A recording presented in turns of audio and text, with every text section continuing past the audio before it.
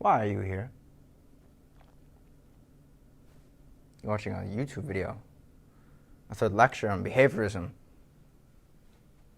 Why are you here? Are you the professor who's responsible for grading this assignment? Maybe this video was sent to you. Was it over email or text? No, maybe you're just a student, someone who's curious, or someone who's anxious about a class that they have ahead of them, and so they're watching this lecture series under the contingencies of negative reinforcement. Why are you here? And why do us humans do what we do? We have such a wide diversity, such a wide breadth, range of human behavior. Things that we do every day. You know, like why? Why in the same circumstance do different people seem to do different things? One person goes to the party. Another person stays at home. One person finishes projects almost immediately, maybe even the same week that they're assigned. I, on the other hand, am doing this very close to the deadline. You know, there's 8 billion people, near like it, right? Doing an infinite myriad of almost 8 billion other things, and yet you, right now, you particular creature, you're watching a third lecture on behaviorism. Why do we do what we do? I believe that the behaviorists have a very good answer to this question. And yet I think that the answer by the behaviorists is obscured by a large wall, a wall of great, confusing language. Language that us common folk, us muggles, struggle to understand. But like Disney, I believe that magic is available for everyone. I believe at its core, the heart of this behavioral perspective is something that is readily accessible to any person. In fact, I think most people have it already. Most people know it. It's something that we may intuitively understand. Now, to any good behaviorist, I know I am venturing into some dangerous territory. You'll say behaviorism is in our hearts? We have intuitions now. What kind of mentalism is this? I understand. In this lecture, I'm going to bastardize behaviorism by using all sorts of inappropriate language to try and describe what I believe are its most core tenets.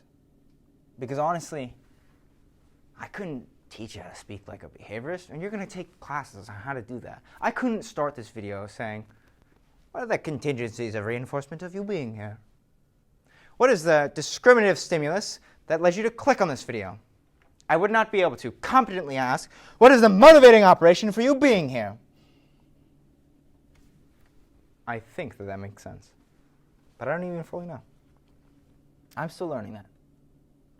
But what helps me learn this, what helps me when I feel confused about this behavioral language and I need to take a 5-minute to a 45-minute water break from whatever this is, what helps me revisit it with a new sense of freshness and vigor is the sense that, you know, whatever the hell this guy's talking about, I already know it.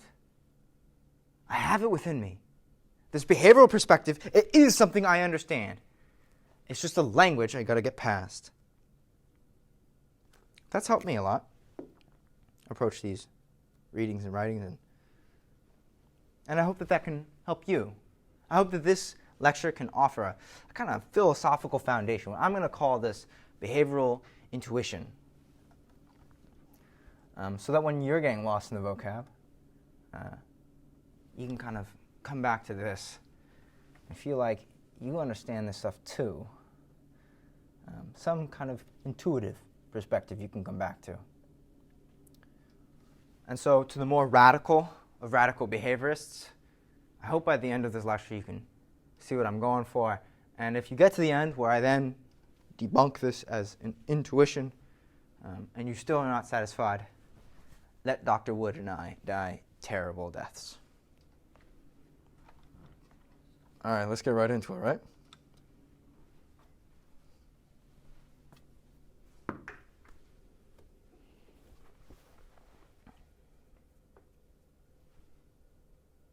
This is a tennis ball.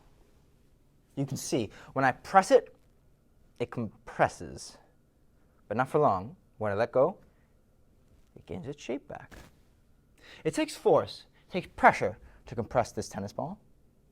In fact, when I do it, I'm generating a tiny amount of heat. What if we were to try and shove something inside of this tennis ball? Like my sock. With enough force, I could do it. What if I were to try and shove something larger? Like my shoe in this tennis ball. With enough force, I could do it too. But what if we got greedy? Not just my shoe or my sock, but this table. And that table too. In fact, this whole classroom. What if we were to try and shove the mountains and the oceans and all the people on the earth and this planet too, and shove it all inside this tennis ball? Take a lot of force. Take a lot of energy. Probably be very, very hot. But what if we were to go bigger than that? Expand, franchise, whatever we want to say. What if I wanted to take Jupiter too? And the sun, and the solar system, and the Milky Way, and the other galaxies? What if I were to shove the universe inside this tennis ball? It'd be very hot. A lot of force, a lot of pressure. And then what if I were to take this tennis ball with the whole universe inside of it and smush it down to be smaller than an atom?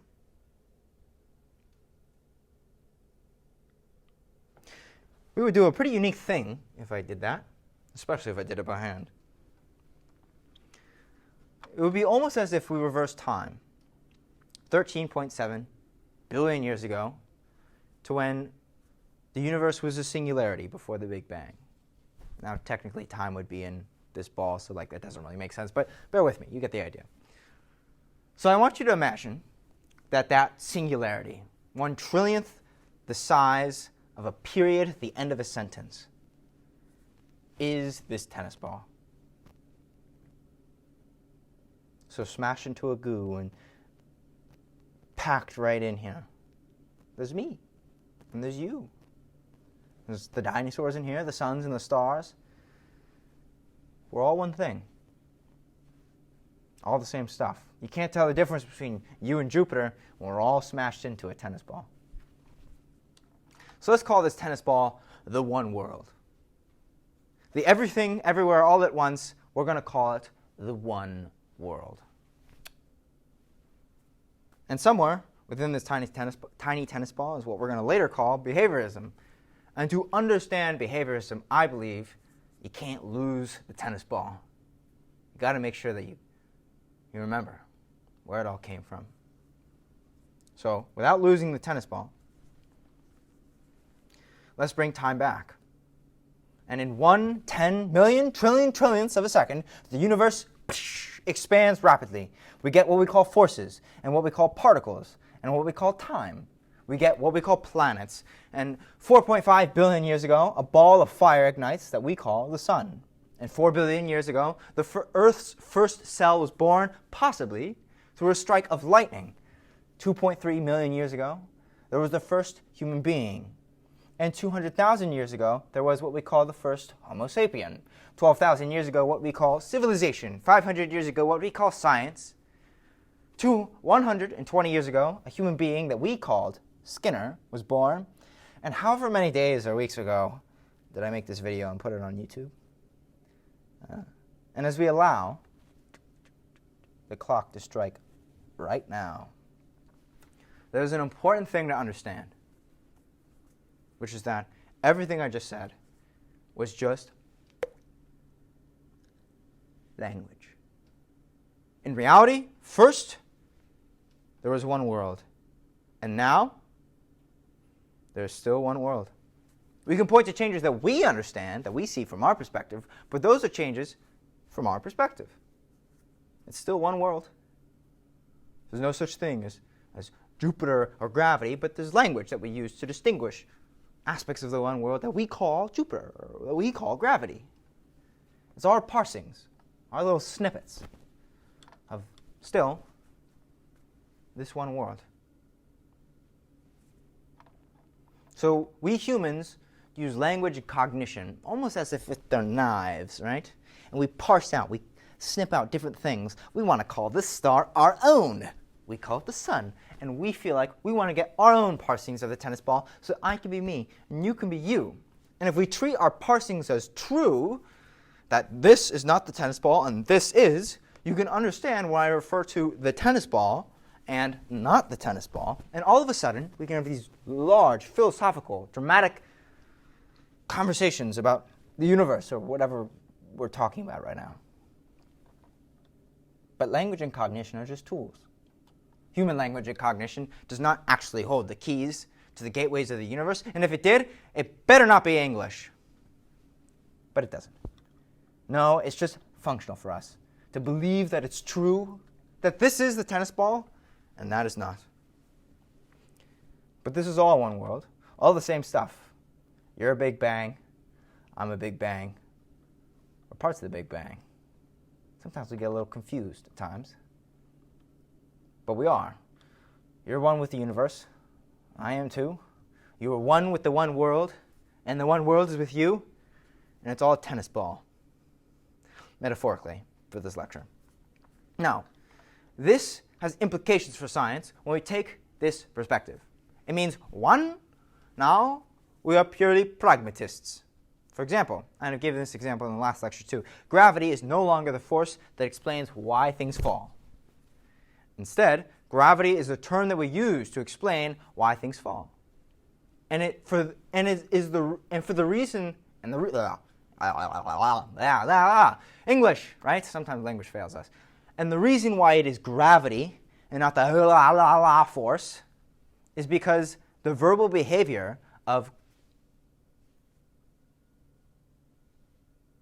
the theory of gravity, like that sound, that verbal behavior, that whatever that's supposed to refer to, like that explanation has been reinforced in a specific verbal community that we respect a lot.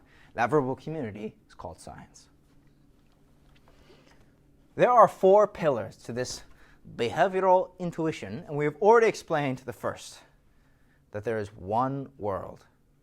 Language and cognition artificially imposes things in this world. We make parsings, cutting out sections of this tennis ball because it's functional to do in certain contexts.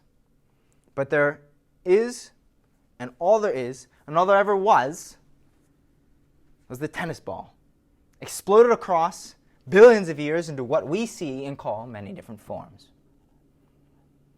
Another implication of this one tennis ball assumption, this one world assumption, is that when the first human being came into existence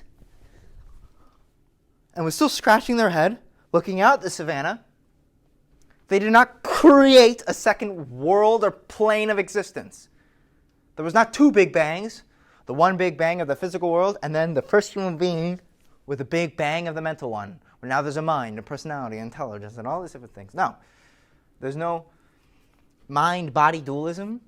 There's not even a dualism between the body and what's not the body. It's all one thing, all one world. It's all one. So the academic term for this assumption of this one world is called monism, or monism, whatever you want to say, which is different from dualism, right? Mind-body dualism, dualistic thinking. Monism, one thing, one tennis ball.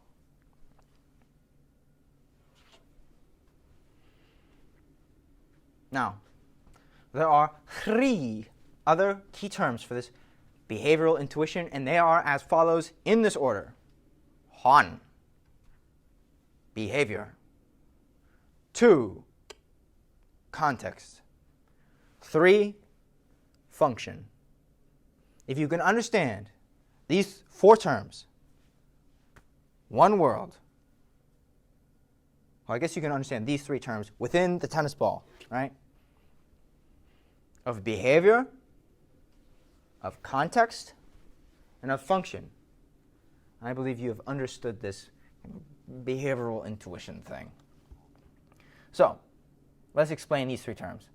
If it is just one world, and there's no thing, everything, it's one thing, or no thing, whatever, then we need to come up with parsings. We need to take out the knives of human language cognition and snip things into things that make sense, so we can talk about them in a way that's functional for us. So what do the behaviorists do? They parse the world into behaviors and the context that surround them. So let's start with behaviorists. The behaviorists are like novelists. They don't think in plots or large abstract stories. They think in moments. They know that the moments make the stories. The behaviorists like show, not tell. The behaviorist does not care that Susan is introverted. Instead, they might say, yes, Susan, you say you felt fear when you were at the house party. What was happening as you started feeling that fear? And the behaviorist takes notes. Yes, okay. Then what were you doing? Okay. And what were you feeling? And what were you thinking, Susan? Interesting. And then what did you do after that? And then what happened? And then what did you do after that? And what happened? And what do you think you got from that? As you can tell, context is inexorably tied with behavior. The behaviorist wants behaviors. They're not going to ask if you're introverted, a psychological construct, but instead they're going to look at specific behaviors that refer to that construct that we might use if we're not a behaviorist. But the behaviorist knows that behaviors never happen outside of a context. And so if someone gives examples of, I always avoid social interactions, the behaviorist wants more. What context do you avoid social interactions? Right? What context do you always be exposed to? Okay, let's get back into character.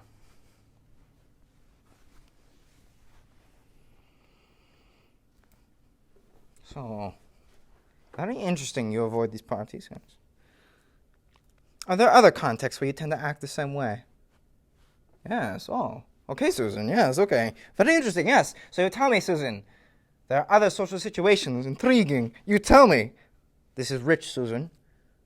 So if I'm hearing you right, Susan, you tell me it is not with your family, which you already feel very distanced from, and you don't feel like you can ever repair those situations, those relationships with your family. You don't feel it there. You also tell me, Susan, that you don't feel the sense of fear with your coworkers, at least at work. You believe you're a very competent worker and you have very professional relationships with them. Susan, it's the relationships in between. It's the first dates, you tell me, Susan. Or the coworkers, but not at work, but when the coworkers go to the bar after work. And you avoid these social situations, Susan, right? And Susan looks up at the behaviorist and says, yes, I do. The third term, the third cookie that the behaviorist is constantly sniffing for, the dessert at the end of the meal, is function. What is the function of a behavior? At its most basic level, behaviors can have two functions. Behavior can be to approach something or avoid something. Stimuli are either appetitive, yummy, or aversive. Ah! Behavior, in a simplistic view, is like the running of a rabbit. The rabbit runs away from wolves or runs towards carrots. And while the behavior by form of running looks very similar, may even look the same, by function it's very different if they're running away from wolves or towards carrots. So behavior either tries to get stuff or get out of stuff. In sum, we're always moving, but either moving towards or away.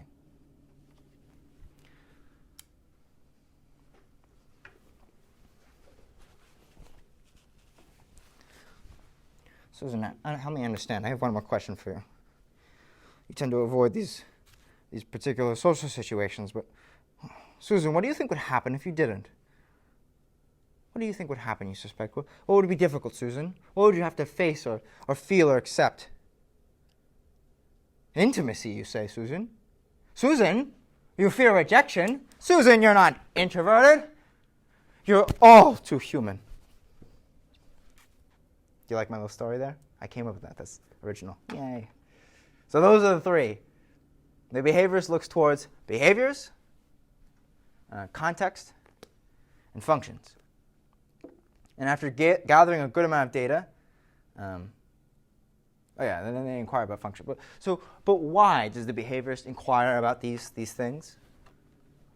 Because in science, and in behavior analysis, and in clinical practice, it is as the behaviorist argues that if you care about prediction and influence, or control, or cause, it is the behaviorist perspective that this is what will be most functional. So, this is the behavioral intuition, not concepts, but like, what happened? Where did this happen? What did you do? Behaviors, context, what is that for? Trying to find behavioral functional classes and things in the behavioral history that, Yes, I understand that genetically you have a predisposition to be more anxious or more fearful in these situations, but that's not what caused it, right? That has to be expressed in some way. So how is that expressed? What did you do? Right? What is your personal history? I can understand. This is the behavioral intuition. But all of a sudden, if we take that perspective, we can understand how calling it an intuition doesn't really make sense. Because let's investigate. If you were to put on your behaviorist hat, and I am now Susan, can we find an example of where this behavior intuition was? Where? Where is this intuition? What contexts? I don't know. I can't really say. Maybe it was an impulse in the brain, but if it was, this was a ghost in the machine. I can't point to it. But what behavior can we observe? Yes, you asked a beautiful question. You're budding behaviorist already. You asked me, what behavior can we observe? Well, I might say, maybe the verbal behavior of Ben calling this an intuition. And you might ask, can we find instances of this verbal behavior? And I might say, yes, very distinctly. And I'll recall to you, I'm sitting in a chair with my advisor, Dr. Wood, and I'm asking him what it means to understand something. Like, what does it mean to understand something from a behavioral perspective? We've spent so much time, Dr. Wood and I, talking about determinism and understanding determinism, and now I'm questioning what it even means to understand it. I'm confused. I felt lost in the vocab, like I was caught in a bush of thorns and I didn't know I was up or down anymore. I remember Dr. Wood trying to pull me out, breaking the term down from a behavioral perspective, and it being of no use.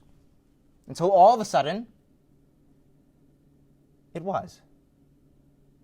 Dr. Wood was talking about his experiences in behavioral analysis, giving an example about helping kids with learning disabilities in a learning environment, and all of a sudden, I think about math.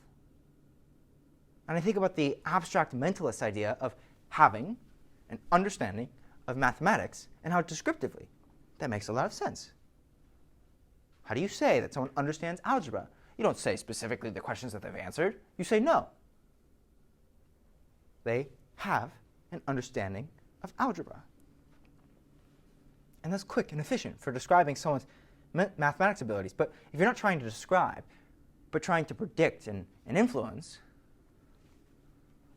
well, that wouldn't make sense. You wouldn't just look at the grade. You would look at the test.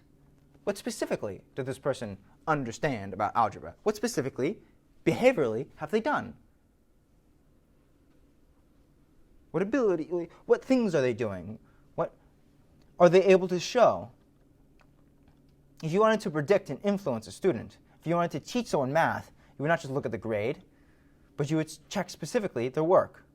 And so mathematics isn't something that you have. Instead of saying it's something that you have as a summative term for a wide repertoire of behaviors. And that's the same thing when you think about determinism. What does it mean for someone to understand determinism? Nothing in reality, but it's a social parsing. It's us knives of human language and cognition, and we have this social term that we say, yes, this person understands determinism, but this person over here, not so much. And so that's what understanding is. It's a set of verbal behaviors that when strung together, we might corroborate that this person understands determinism. All of a sudden, the world was snapped back into behaviors and contexts again for me. I left the domain of the mind, and I was back into the one world. I was back into the tennis ball. And I had answered my own question. And it was odd. It felt like this question, the answer to this question was almost inside me. Something I felt like I knew. I just needed access. And that's where this began. At first, I did not label this experience, or perspective, on determinism as an intuition. I explained to Dr. Wood what I realized, to which his kind and excited and attentive response, I can only imagine, was very reinforcing, considering how carefully I considered these ideas after that call. Now, more calls happened, and I became clearer and clearer with my explanation of the tenets of this behavioral perspective, this intuitive thing that we can come back to when the terms get confusing. And the outline for the honors project began to change. Dr. Wood was very reinforcing to these ideas. Now, that's the ideas that made sense. The lecture was beginning to develop itself. And one day I said to Dr. Wood that behaviorism could be described in 3 words. What I called behavior, context, and function, which is entirely unoriginal because those words are very common in describing behaviorism. Anyways, I decided behaviorism can be described in these 3 terms. And then this was also the first time that I labeled it, this perspective, the behavioral intuition. I labeled it as an intuition. It was the first instance of this verbal behavior. And who knows how many instances in my behavioral history can I find people who had eureka moments and described it as an intuition too, right? And Dr. Wood loved the idea of behavior, context, and function, but he hesitated with the word intuition. Maybe we can find another word to use instead of intuition, I remember Dr. Wood saying to me. Now I go back to the scripts. I keep the term intuition, but rewrite the introduction to verbally acknowledge the dangerous territory I know I'm getting myself into by trying to describe an anti-mentalist science with using mentalist terms like intuition. I try and do so in a way that holds the word lightly, so that it might just be used just as a tool and nothing else. Just a tool to get the conversation started. And Dr. Wood, when I read my script out, smiles and laughs at my script. I get the go-ahead. I get the reinforcement. I feel like I've pulled it off. And so what is the function of this verbal behavior? Well, that, I think, would be a larger conversation. I don't quite know. Maybe I call it an intuition because I was reinforced by Dr. Wood's laughter and enjoyment in the script. Or maybe this has roots in a larger behavioral functional class, themes that what might be called rebellion or creativity in my behavioral history.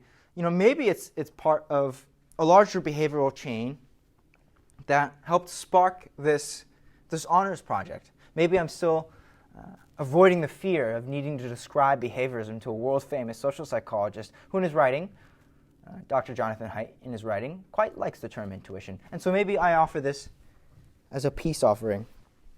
But who knows? So where is this behavioral intuition? Nowhere. It isn't in the brain or the mind. It's just verbal behavior that was shaped by means of reinforcement and punishment in a larger verbal community. And can we see now how this behavioral perspective, when we even investigate something like an intuition, gives us a whole wealth of information on how to predict behavior or how to influence it. We get to understand the aspects of the history and what led to me using the term intuition. But if I were to try and describe to you behaviorism, and I had to go through all of that to just use the term intuition, how laborious that would be. It's the difference between describing And that, the functional language of that versus predicting and influencing, and the functional language of that.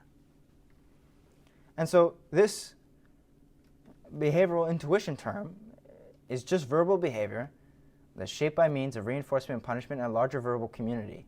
And this behavioral verbal community, specifically, is one that I hope you now feel more prepared to enter after having going through these lectures. So, I think that's it. I think I'm done here. My gosh, this took so long. I don't want to end. How do I end this? How do I just say goodbye? Thank you for your time. I don't want to do that. This was too much fun. I feel connected with you now. Thank you so much for your time.